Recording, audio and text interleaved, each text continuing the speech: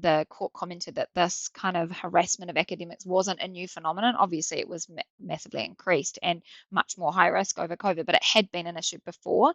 So they were on notice that this was an issue, and so therefore it was foreseeable that this would have been of concern for people in positions like her.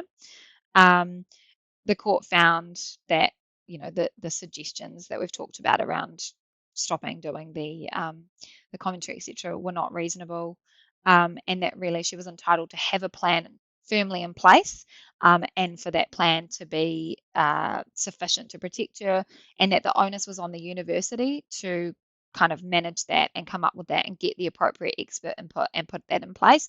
So one of the things discussed in the case is that, well, the university was having these discussions with her around how she could be kept safe, but actually that shouldn't have been put onto her. She wasn't a cyber PR, expert. Actually, the university should have been the one getting the input and coming up with the plan. And they did do that to a certain extent, sort of later in the piece with the security audit.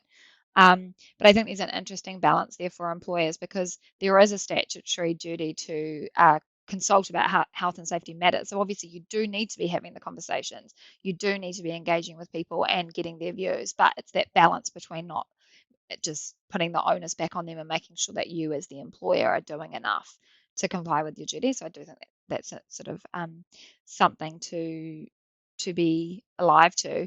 I mean, overall, the court found that yes, the university had breached its contractual obligations to her.